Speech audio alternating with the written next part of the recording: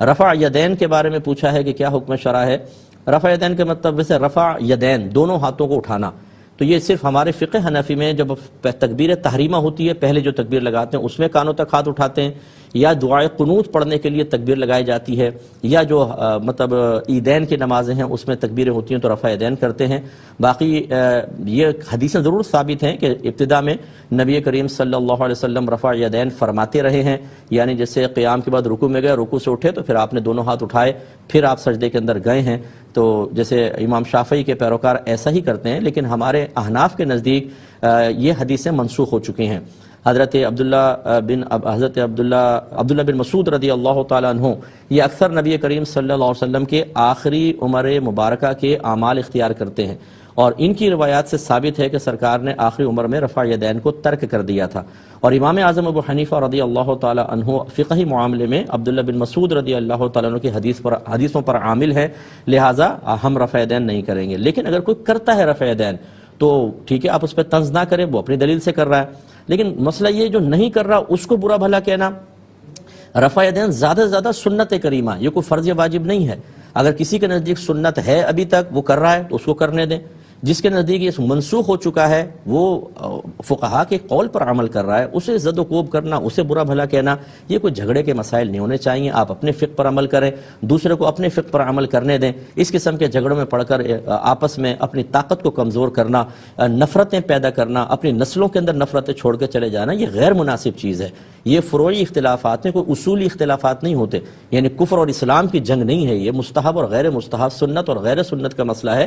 ان میں نرمی اور آسانی ہے، جو جس امام کو فالو کرتا ہے وہ اس کے مطابق عمل کرے، دوسرے کو اس پہ طنز کرنے یا اس پہ تنقید کرنے کا حق حاصل نہیں ہوتا ہے۔ ایک انہوں نے پوچھا کہ کیا شیر خوار بچے کا پیشاب پاک ہوتا ہے؟ نہیں، بالکل ناپاک ہوتا ہے۔ احناف جو ہیں ہم اس حدیث پر عمل کرتے ہیں، استنزہوا من البول فإن عامۃ عذاب القبر منہ، سرکار فرماتے ہیں پیشاب کی چھینٹوں سے بچو کیونکہ اکثر عذاب قبر اسی کی وجہ سے ہوتا ہے۔ اور اس حدیث میں نبی کریم صلی اللہ علیہ وسلم نے شیر خوار بچے یا بڑے کے پیشاب کی کوئی تخصیص نہیں فرمائی، حتیٰ کہ جانوروں تک کے پیشاب کا استثناء نہیں کیا۔ اس لیے ہر ایک کا پیشاب، چاہے جانور کا ہو، انسانوں کا ہو، چاہے شیر خوار بچے کا، وہ حرام ہے، لہٰذا وہ ناپاک بھی ہے، اس کو پاک کرنا ہی ہوگا۔ اور یہ جو بعض حدیثوں میں ثابت ہے کہ سرکار کی گود میں بچہ دیا، بچے نے پیشاب کر دیا تو سرکار نے تھوڑا سا پانی لے کے چھڑک دیا، یہ بعض حدیثوں میں اس طرح کے الفاظ ہیں۔ اس سے یہ کہاں ثابت ہوا کہ پیشاب پاک ہے؟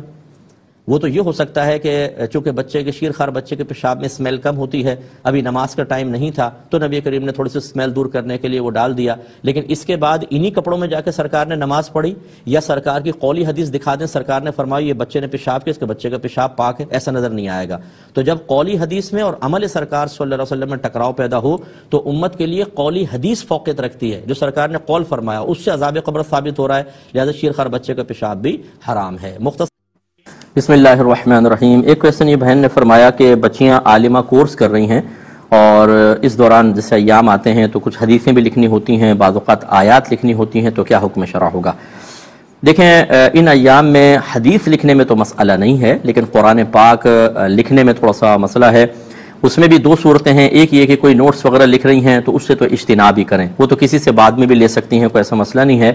اور ایک ہوتا ہے امتحان دے رہی ہیں، امتحان دینے میں اگر وہ آیات وغیرہ لکھنی ہے اور ایام چل رہے ہیں اور اس کے علاوہ تو رخصت مل نہیں سکتی ہے، اس میں کوشش یہ کریں کہ آیت پر ہاتھ نہ لگے، اس طرح پین سے جیسے لکھیں تو بس پھر لکھ کر اس کے اوپر دوبارہ ہاتھ وغیرہ نہ لگے تو اس کی گنجائش نکلے گی کہ اب اس آیت جو یہ پین لکھ رہا ہے، پین کا اس آیت سے اتصال ہے، براہ راست ہاتھ کا اتصال نہیں ہے۔ لیکن یہ امتحان کے لیے میں نے عرض کیا، نوٹس وغیرہ لکھنے ہوں تو پھر اس میں پوری احتیاط کر لیں کہ پین کا اتصال بھی اس میں نہیں ہونا چاہیے، یہی زیادہ اچھا ہے۔ تو بہرحال احتیاط کریں، اور زبان سے حدیث پڑھ سکتی ہیں ان ایام میں، لیکن قرآن پاک کی کوئی بھی آیت قرآن کی نیت سے پڑھنا یہ منع ہوتا ہے۔ ہاں، دعا کی نیت سے پڑھ سکتی ہیں، یا اللہ کی تعریف اور ثنا کرنا مقصود ہے، جیسے آیت الکرسی ہے تو جس کے ذہن میں پورا ترجمہ بھی ہو تو وہ اللہ تعالیٰ کی ثنا کی نیت سے آیت الکرسی وغیرہ پڑھ سکیں گی۔ تو امید ہے کہ آپ سمجھ گئے ہوں گی۔ لیکن یہ کہنا جی دستانے پہن لے اس کے بعد چھونا جائز ہے، یہ صحیح نہیں ہوتا۔ جو انسان کا لباس بن جاتا ہے اس سے وہ لباس کا حکم بالکل جسم والا حکم ہی ہوتا ہے، دستانوں سے بھی بچیاں نہیں چھو سکتی ہیں، اس کا احتیاط کیجیے گا۔ فرانس کا ایک کویسچن تھا، ایک بچی تھی غیر مسلم مسلمان ہو گئی لیکن اپنے غیر مسلم والدین کے ساتھ ہی رہتی ہے، اب وہ ایک مسلمان لڑکے سے نکاح کرنا چاہتی ہے تو والد صاحب اس پہ ناراض ہو رہے ہیں اور وہ کہتے ہیں کہ تم یہ شادی مت کرو، اگر کرو گی تو میں تمہاری شادی میں شرکت نہیں کروں گا۔ وہ لڑکی کہتی ہے کہ اب اسلام مجھے اس بارے میں کیا کہتا ہے؟ دیکھیں مسئلہ یہ ہے کہ جب لڑکی مسلمان ہو جائے اور ماں باپ کافر ہوں تو کافر ماں باپ کا کوئی حق اولاد پر باقی نہیں رہتا ہے۔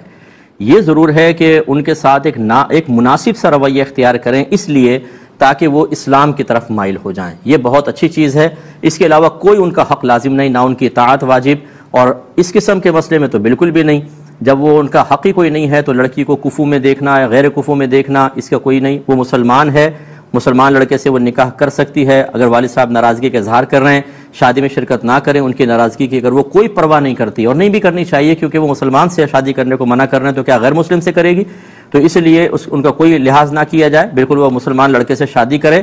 اور ہمارا مشورہ یہ ہوگا کہ اگر کوئی مسلمان ہو گیا ہے تو اس کو ہمت کر کے پھر علیحدہ رہائش رکھنی چاہیے، کیونکہ اگر وہ مسلمان ہو جانے کے باوجود اسی ماحول کفر میں رہے گا تو یہ ہو سکتا ہے کہ آہستہ آہستہ ذہن دوبارہ کفر کی طرف مائل ہو جائے، اس لیے اس میں خیال رکھیں۔ چاند گرہن ہوا تو گھر والوں میں سے کسی نے فتویٰ دے ڈالا کہ بالکل سیدھے لیٹنا، دونوں میاں بیوی، اور لوہا کو ہاتھ نہ لگے، اور ہم نے کر لیا۔ صحیح ہے، یہ بالکل کچھ بھی نہیں ہے، یہ جہالتیں ہیں ہماری۔ اللہ سے نہیں ڈریں گے، رسول سے نہیں ڈریں گے، عذاب سے نہیں ڈریں گے، عذاب قبر سے ہم نہیں ڈرتے، موت سے ہم نہیں ڈرتے۔ ہم عذابات کی آیات سنتے ہیں، ہماری باتیں کھل جاتی ہیں، کوئی خوف نہیں ہے، کچھ بھی نہیں ہے۔ ان بے سروپا باتوں کے لیے بالکل اٹینشن، پوری رات آپ کو سیدھا لٹا دیا، زوجہ بھی لیٹی ہے، آپ بھی لیٹے ہوئے ہیں، اس کو فالو کر رہے ہیں۔ قرآن و حدیث کو فالو کرنے کا بالکل ہمیں ذہن نہیں بنتا ہے، یہ ہمارے دلوں کو خوفزدہ کر دیتے ہیں، اور جو اللہ اور رسول کے پیغامات جو دل ہلا دینے والے ہیں ان سے ہمارا کوئی اثر ہم قبول نہیں کرتے، ہمارے قلب پہ کچھ بھی اثر نہیں ہوتا۔ اس کا مطلب ہے کہ ہمارا دل مریض ہے، ہمارا باطن جہالت سے بھرا ہوا ہے، اس لیے اس قسم کی باتوں کے کوئی اصل نہیں ہے، کچھ بھی نہیں ہے۔ کبھی انگریزوں کو دیکھا ہے آپ نے ان کی پیروی کرتے ہوئے؟ سورج گرہن میں، چاند گرہن کے اندر ان کے بچے کٹے پٹے کیوں نہیں پیدا ہوتے؟ ان کے سب صحت مند اور صحیح پیدا ہوتے ہیں۔ یہ سارا مسلمانوں کے اوپر وبال آئے گا، کیونکہ جہالت ہمارے ہاں بہت زیادہ ہے، علم سیکھتے نہیں، اور اسی طرح معذرت کے ساتھ ہمارے گھر کے بعض بڑے جو ہیں اس طرح کی بے سروپا باتوں کو گھر میں ایسے نافذ کرتے ہیں جیسے قرآن و حدیث کو نافذ کرنا چاہیے۔ یہ بدعتیں جب نافذ ہو جاتی ہیں، دنیا سے رخصت ہو جاتے ہیں، نسلوں کے اندر وائرس سرایت کر کے چلا جاتا ہے، اور ان کے لیے ہو سکتا ہے، اللہ نہ کرے لیکن ہو سکتا ہے عذاب قبر کا سبب بنے، کیونکہ جو جہالت اور بدعت کو عام کر کے چلے جائے۔ میرے نبی نے فرمایا جو ہمارے اس دین میں کوئی برا طریقہ جاری کرے گا، قیامت تک جتنے لوگ اس پر عمل پیرا ہوتے رہیں گے، اس شروع کرنے والے کے اوپر اس کا وبال ہوگا، اس طرح کہ ان کے گناہ میں کمی بھی نہیں ہوگی، ساروں کا گناہ اس شروع کرنے والا۔ تو گھر کے سرپرست پہ کتنی بڑی ذمہ داری ہے، اور یہ قرآن اور حدیث بیان نہیں کریں گے، اس طرح کی بے سروپا باتیں ساری رات آپ کو سیدھے لٹا کر رکھا، اور پھر اب بچہ بڑا صحت مند پیدا ہوگا، کیا گارنٹی؟ کہاں سے پڑھا تھا بھائی آپ نے؟ نہیں سنی سنائی باتیں۔ اس لیے ان باتوں کی ان کی پرواہ نہ کریں تو بہت بیسٹ ہے، آپ کی باقی مرضی ہے۔ کچھ کویسچنز کیے ہیں، دو کویسچن ایک جیسے تھے، تقریباً وی پی این کے بارے میں تھے۔ ایک تو پوچھا گیا کہ لیپ ٹاپ کوئی ہم سے خریدتا ہے اور اس میں وی پی این سیٹنگ استعمال کرتا ہے، تو اس کو اب یہ وی پی این کا استعمال جو ہے وہ پازیٹیو بھی ہو سکتا ہے، نیگیٹو بھی ہو سکتا ہے، تو اس کو لیپ ٹاپ سیل کرنا کیسا ہے؟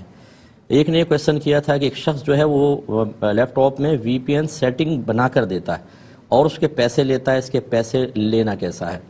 تو انٹرنیٹ پہ جو وی پی این جو استعمال کرتے ہیں وہ تو جانتے ہیں، اس کی تعریف بھی لکھی ہے کہ ورچوئل پرائیویٹ نیٹ ورک، یعنی یہ ایک سمجھ لیں سیکورٹ ٹنل ہوتی ہے جو آپ کی ڈیوائس اور انٹرنیٹ کے درمیان ہوتی ہے۔ جب آپ اس کی سیٹنگ کر لیتے ہیں تو آپ دوسروں کی نگاہوں سے مخفی ہو جاتے ہیں، اس طریقے سے آپ کی پرائیویسی متاثر نہیں ہوتی ہے، ہیکنگ نہیں ہوتی، کوئی تانگ جھانک نہیں کر سکتا ہے۔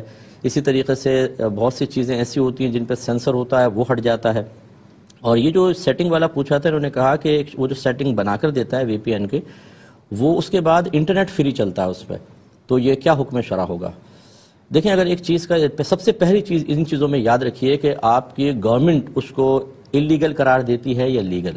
سب سے پہلے دیکھیں گے اگر اللیگل ہے تو پھر ناجائز ہے، چاہے اس کا پازیٹیو استعمال ہو نیگیٹو ہو، ناجائز ہی ہے۔ اور اگر گورنمنٹ نے منع نہیں کیا، آپ کے ملک میں اس کی اجازت ہے، جیسے ایک بھائی نے جو پہلے والا کویسچن تھا، انہوں نے کہا کہ کویت میں اس میں بین لگا ہوا ہے، تو پھر جہاں بین لگا ہوتا ہے وہاں پر آپ یوز نہیں کر سکتے کہ یہ خلاف قانون ہوگا، اور خلاف قانون شخص کے اوپر مطلب گرفت ہو سکتی ہے، کیس بن سکتا ہے، اور اس طرح اپنے آپ کو مقام ذلت پر پیش کرنا لازم آئے گا، تو پھر اس کا یوز جائز نہیں ہوگا۔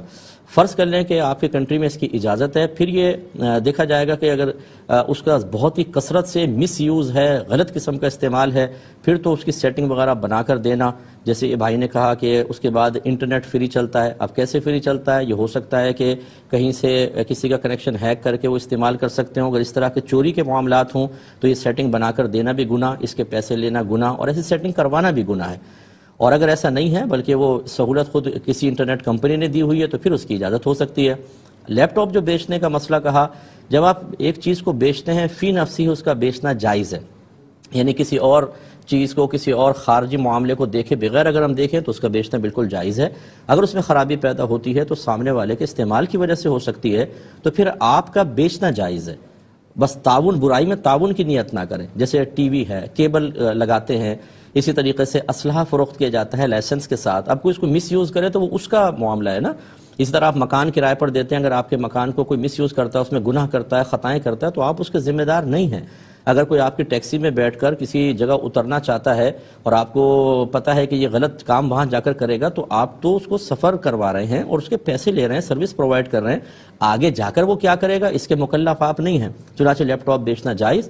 اور جو سیٹنگ والا مسئلہ ہے وہ بس یہ کہ اگر اس سیٹنگ کی وجہ سے وہ انٹرنیٹ کا کوئی اکاؤنٹ وغیرہ ہیک کرے گا یا چوری کر کے پھر انٹرنیٹ فری میں یوز کرے گا تو پھر اس سیٹنگ کا کروانا یا کرنا ناجائز ہوگا اور اس کے پیسے بھی ناجائز ہوں گے، ورنہ جائز ہو سکتے ہیں.